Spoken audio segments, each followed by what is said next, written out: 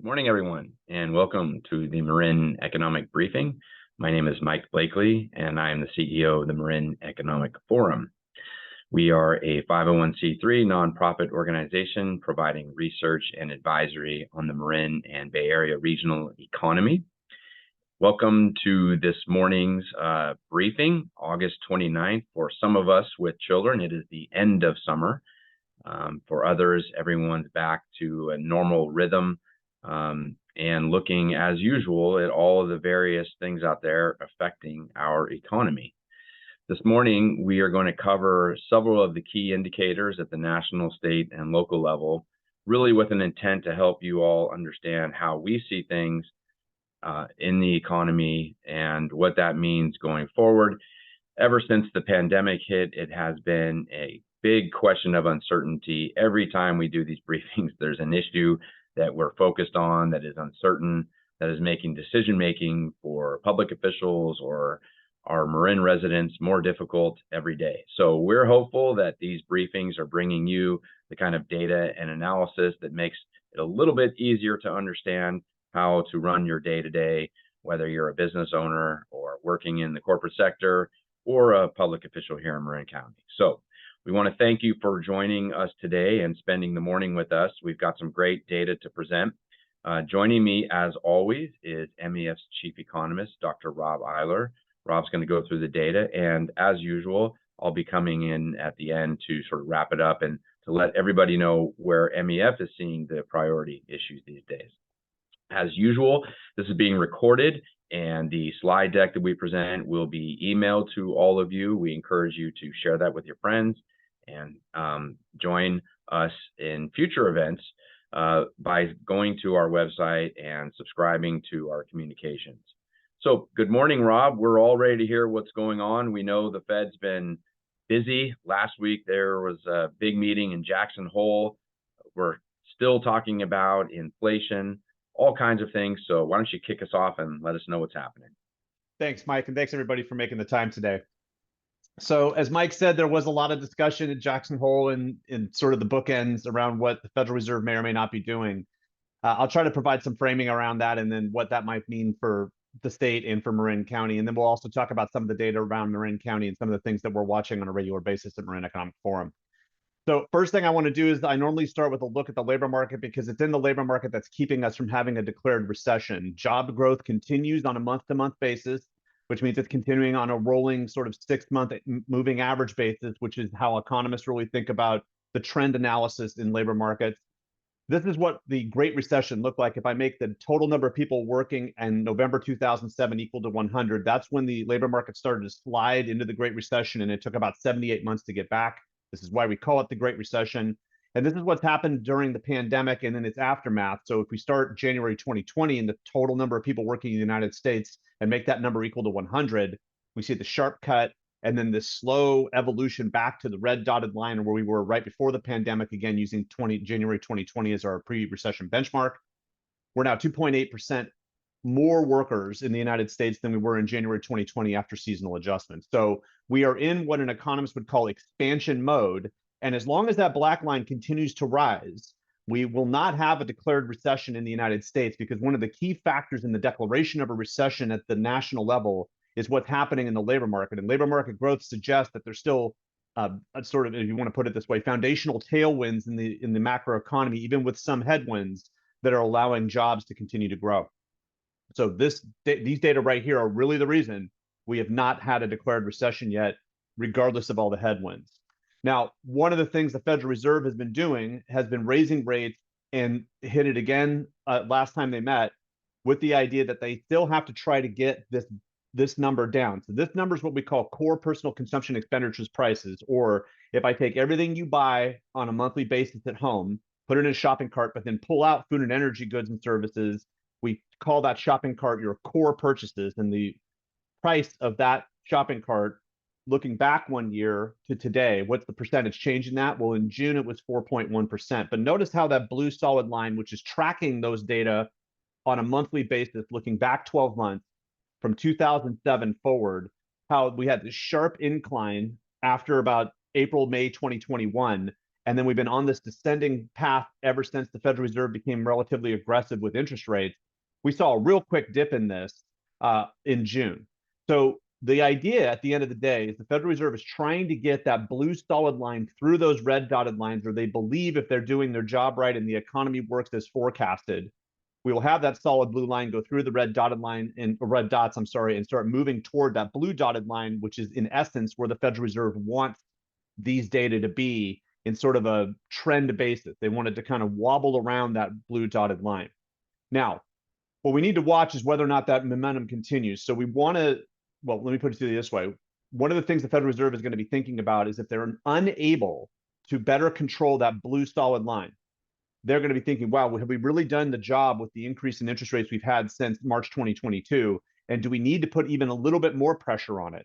And our financial markets have been somewhat volatile as a result of that. And it's all sort of eye of the beholder. But the idea is that some of it's predictable, but we've seen interest rates rise now on the long end, meaning in the longer term markets, 10-year treasuries sort of driving things like the mortgage market, with the idea that we're starting to see a little bit more concern over whether or not we're going to have some mitigation of inflation now into the medium term, and how bond markets are going to start betting on those changes, plus all the sort of broader geopolitical risks that start to put pressure on interest rates to go up. So we want to see these prices go down as a way of sort of signaling that the Federal Reserve feels like it has done its job. But we should expect job losses as the opportunity cost for all that movement in interest rates. And we have not seen that yet. That's why I start with the jobs market. The Federal Reserve is playing this sort of balancing act between reducing the amount of jobs as a way of curbing demand, which then leads to a curb in inflation. That's kind of how we teach the way monetary policy is meant to move through the economy at a very, very high 10,000-foot level. But unless we see those job losses, at least somewhat in earnest, the Federal Reserve is going to still question whether or not we're seeing sort of intermittent changes in inflation, and whether or not we can get the level of inflation moved down in earnest towards that blue dotted line. Unfortunately, lingering inflation has its largest effects on our lower to middle income households, and also on our small to medium sized businesses. So when inflation rises, it does put some pressure, and there's a lot of debate about how direct the causality is between inflation and rising wages. I'll talk more about wages in a minute at the local level. But we have to assume that households look at inflation and say, well, if I'm now facing a higher cost of living, I have to be thinking, do I need to be paid more at work? So we know there's an inherent connection between inflation and wages, regardless of how theoretical economists and some of our data geeks out there in economics see that the exact connection.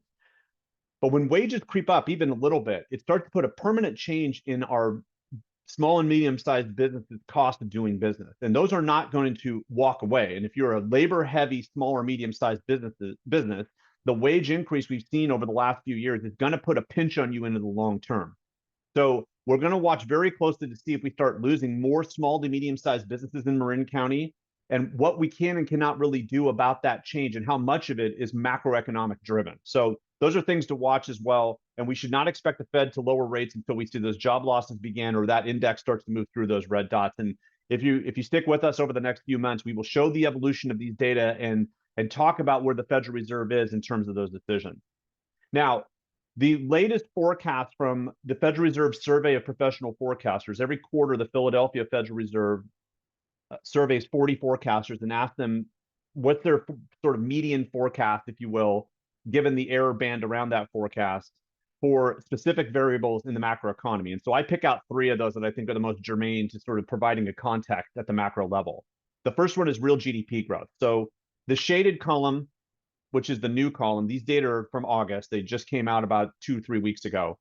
That's the latest second quarter forecast looking forward the next few years from these forecasters. And notice that next door to it, where it says previous, was last quarter's forecast for Q1 2023. So we've seen a real big revision up for 2023. In other words, we've got a lot more optimistic about where this year is going to go, a lot of it driven by those job numbers not fading. Next year has actually gone and gotten revised up a little bit. The next 2 years have gotten revised down. But generally speaking, forecasters are more optimistic than they were a couple of quarters ago about the evolution of the economy in terms of growing income after inflation over the next couple of years. Now, one has to question, though, how much of that is a productivity change and how much of it is a reduction in inflation, because real GDP, just a reminder, is income or productivity over inflation. So when inflation starts to fall, it gives a little bit more of a boost to the ratio. So we have to be, as economists, we're very concerned about making sure, okay, great, the forecast is getting better, but what's really driving it? Is it what the Federal Reserve is doing with prices, or is it actually we're getting more real productivity out of the economy? And of course, inflation fading helps that, which is great. But whether or not we're actually seeing more productivity has been a gigantic question in the post-pandemic world to date. The labor market is not forecasted to really jump up in terms of the unemployment rate. Now, this could also be because we're going to see people that are coming into the labor force, maybe that were not in the labor force due to the pandemic changing their lives at home, or the sort of long effect of having federal spending come in and help augment unemployment insurance benefits. As those folks start to drift back into the labor force, if they do, these data suggest that yes, we'll see some of that, and some of those folks remain unemployed as they're looking around for a job a little longer maybe than they would have expected. But most of those new entrants, if you will, or re-entrants in the labor force will be absorbed. And so we're still not expecting over the next few years for the unemployment rate to really jump up much. Hidden behind that is how many people have really left the labor force in the so-called labor force participation rate. We don't expect that to get back to pre-pandemic numbers at least through the middle of this decade, and perhaps for a very long time, based on the beginning of the baby boomer shift from being a participant in the labor force to now moving on to retirement. And how much of that will actually play out in labor markets is a gigantic question for macroeconomists and policymakers looking forward toward 2030, not so much toward 2025 or 2026. And for core inflation, the latest data basically are following the red dots we saw in the previous slide and sort of fading toward the end of 2025 back to that 2% number, but still above it. So that lingering relatively high inflation might keep the Federal Reserve from being super aggressive about moving interest rates back down again.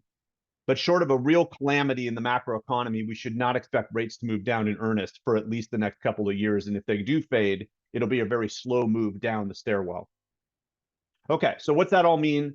It means that we've gotten a little bit more optimistic, but we still have relatively slow growth toward the middle of this decade, and high interest rates and relatively high inflation are going to linger for at least the next 18 months. Okay, so this is now a look at Marin County and the unemployment rate. And the reason I'm showing you this, as you're going to see in just a second, this tells a tale of how resilient the residents of Marin County are in terms of continuing to work. Marin County has historically, through the 58 counties in California, been among the lowest unemployment rate areas. And you can see from 2010 forward, these are monthly, and believe it or not, these are seasonally adjusted. So you can see there's still some seasonality in Marin that even the seasonal adjustment does not quite mow out. But then as you go down to the bottom, we ended up bottoming out at just above 2% unemployment right before the pandemic. We shot up to 13, fell back down about 18 months later to somewhere in the high twos. And then we crept up a little bit over the last 7 or 8 months because the labor markets are reacting to those high interest rates. And if you look at the state of California overall, the state of California has not created a whole lot of jobs over the last 10 or 12 months. So we've seen a slowdown in California in terms of jobs growth, not complete cessation of jobs growth, but slower. And Marin County is reflecting some of that in terms of its residence pool. However, if you look at that circled area, that was the creep up. And now in seasonally adjusted terms, it started to creep back down a little bit. So we're getting some mixed signals from the labor market locally. We're getting a little bit of mixed signals from the labor market at the state level. And it suggests that maybe, just like the national forecast, we should be a little bit more optimistic about where we're going maybe over the next, 12 or 18 months. However, that it is hard not to think that there's not more headwinds than tailwinds. So I'm personally struggling with the idea of being super optimistic, but the data are starting to coalesce around a little bit better tomorrow than, let's say, 6 or 8 months ago. So that's good news. What's not good news is looking at the total amount of people looking for work or working. So I'm going to try to contrast in this slide the labor force data at the state level with the labor force data in Marin County. This is the evolution on a seasonally adjusted basis of folks that are working or actively looking for work, meaning that the state believes that they're actually out there looking for a job if they're not employed, from January 2010 forward. Same monthly data, same seasonal adjustment process.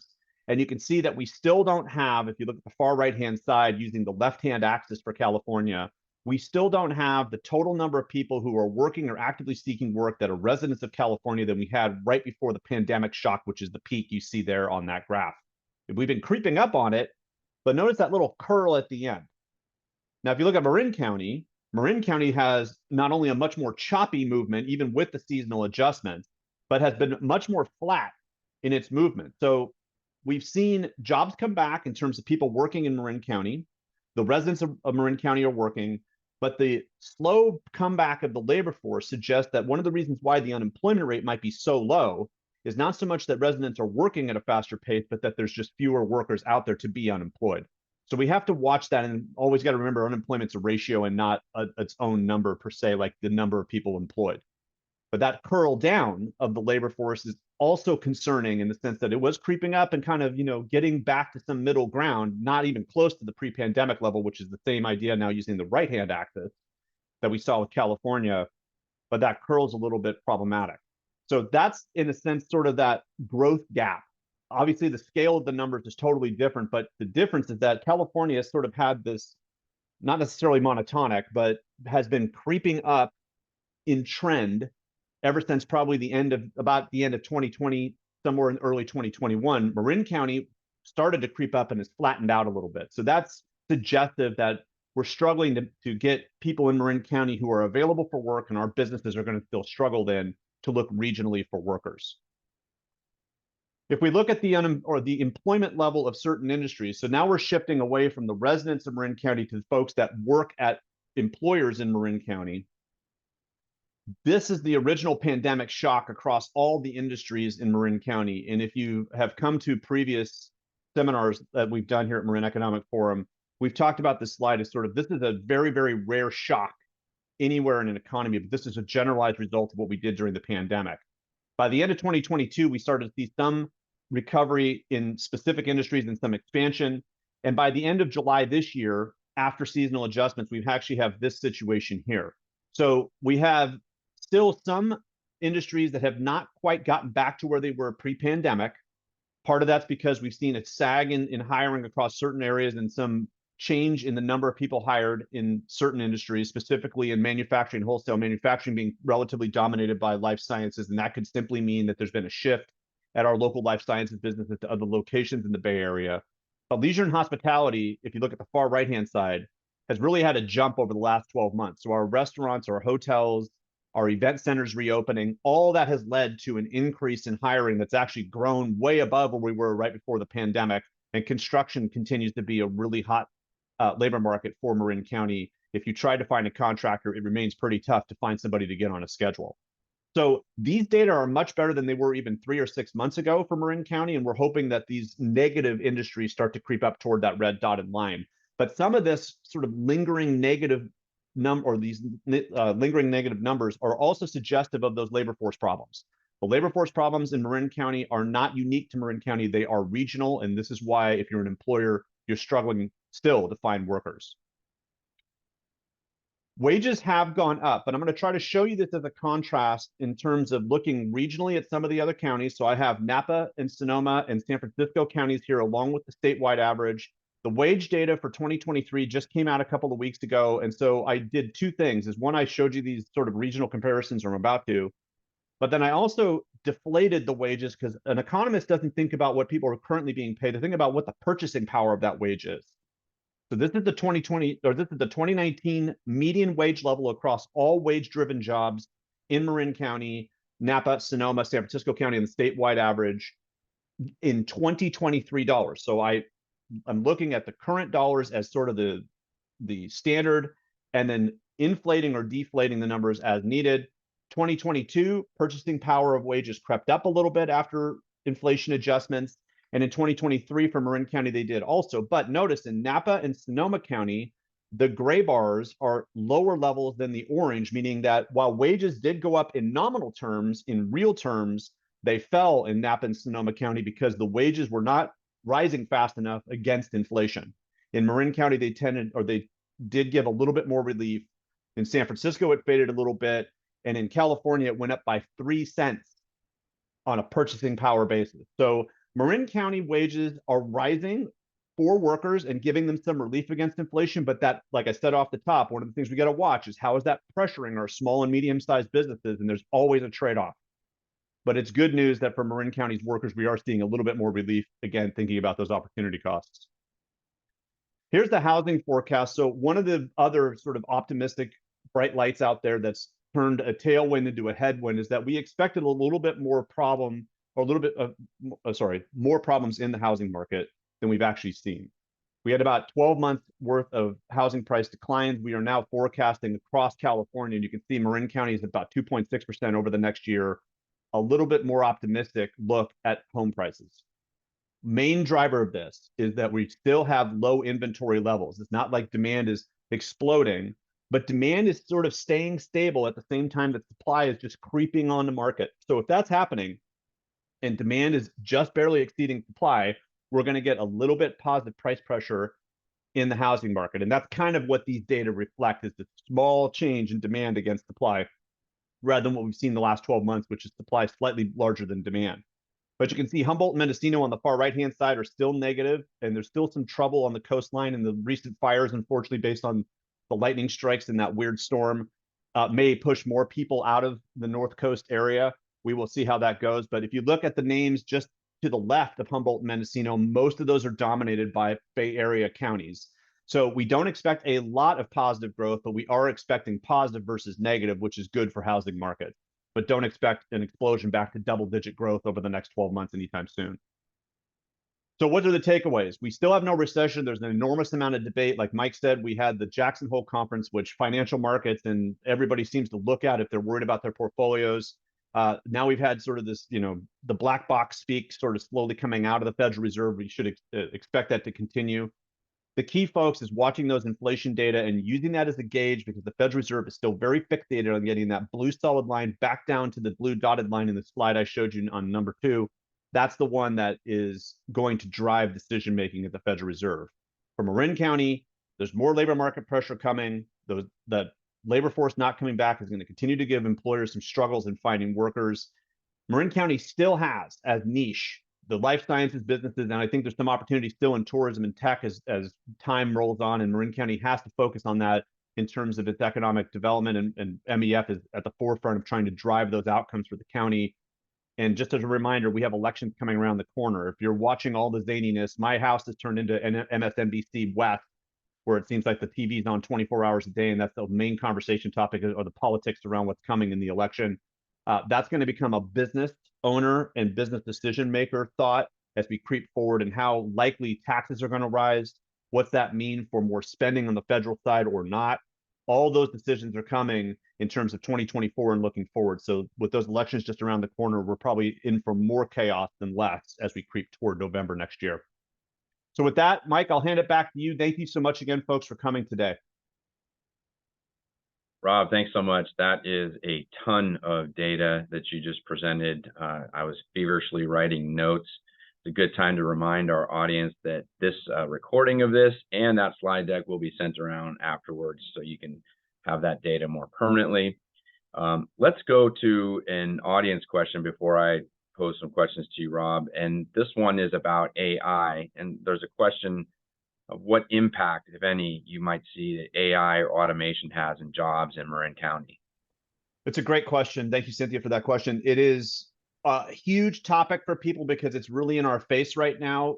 The way economists are looking at it, and I think it's probably the prudent way of thinking about it, is that the effects are going to, in my mind, have sort of 2 big tranches of change. One will be where humans are the coders and, in a sense, the controllers of how AI works in markets. And then at some point, there will be companies who are looking to substitute AI for workers at a more aggressive pace, and in markets that will generate more productivity as a result of employing AI than employing workers. And they'll be the sort of the most contestable markets initially in terms of integrating AI in places you would have never thought possible. 2 contrasting examples. One will be how, in agriculture, you may start using AI in fields to do things like pest inspection, pest elimination, things where you would be able to be more precise and maybe even more environmentally sound, because you're constantly taking information and learning from what's going on in the field in such a way to be more accurate in how to deal with that, or even looking at the time to harvest. So in the wine industry, there's a lot of talk about employing AI and understanding Brix levels and grapes and knowing the precise time, at least in theory, to harvest. The other side of it is how robotics will change, let's say, the construction industry. Will we have more repetitive tasks be AI driven rather than human driven? And will that eliminate a part of the labor market in construction that will then become robotic and self-learning to become more and more precise, more and more efficient, and thus generate more profit? So if you use those as contrasting examples, there'll be a lot of coding on the side in agriculture and in construction, but once those labor market effects really start to kick, that's where people are going to get nervous. But that might be 7 or 10 years out from starting to see the seeds of that. We should expect in the long term that businesses will want to adopt that if it provides them with more profitability and more productivity at the same time. Yeah, and the other piece of this is what is undisputed is that the Bay Area has now emerged as the center for AI. So if you want to talk about job creation within that sector over the next 5 years, you can expect that to occur here, certainly. Let me talk about a couple things, and I just want to step back a little bit with the time we have. When we started these briefings, the real idea was to try to help people in Marin understand what the road to recovery was looking like, economic recovery. We had, like all regions, suffered significantly from shutdowns and other impacts of the pandemic. And so we started these briefings by really with a goal of measuring the recovery and trying to explain to people how we see the recovery occurring.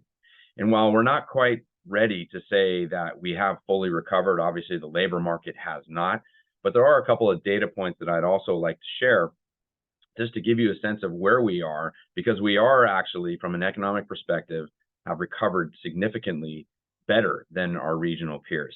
So just let's look at a couple of indicators. One of them would be on sales tax revenues. So in 2019, at the peak before the pandemic, Marin County across all jurisdictions collected about 54 million in sales tax revenues. That had been a higher number than the previous 5 years, for example. Obviously, in 2020 and first part of 2021, those numbers went down significantly. They dropped to just about 50 million. Well, the most recent data that we have just came out recently was that for the year ending 2021 and the year ending 2022, sales tax revenues across all Marin County jurisdictions were 64 million and 65 million respectively. So a significant increase over pre-pandemic times. So from a consumption perspective, here in Marin County, we're doing very well. Now, that's not to say that every business made it through unscathed. Some of them had to close. Business models have changed. And as Rob correctly pointed out, there's significant pressure on our small and medium-sized businesses regarding wage growth, but also finding workers. And so I want to leave this with the two real issues that we see as significant and tough to crack here in Marin County. Number one, on the labor force, we have not and we do not appear to be recovering the number of workers here. And this is going to be a continuing challenge that we're going to have to think creatively about. Otherwise, we're at risk of a stalling or stagnation of economic growth, which is not good for anybody.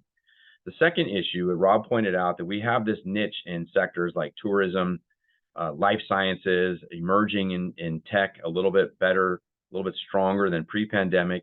But how are we going to keep and grow those sectors? The interrelation that we see between those two questions is that if we can do a better job of creating more middle and higher wage jobs here in Marin County, we'll probably do a better job at securing a stronger and more robust labor force, especially younger workers, which we desperately need. So, as Rob said, there are economic development issues that we need to contend with here in Marin County for the future of our economy. These are the issues that MEF is highly focused on. We appreciate you tuning in today. We'll be sending all of this recording around, and we'll be having our next briefing next month. Please tell your friends and stay tuned and subscribe to our communications for our next events. Thanks so much, everybody.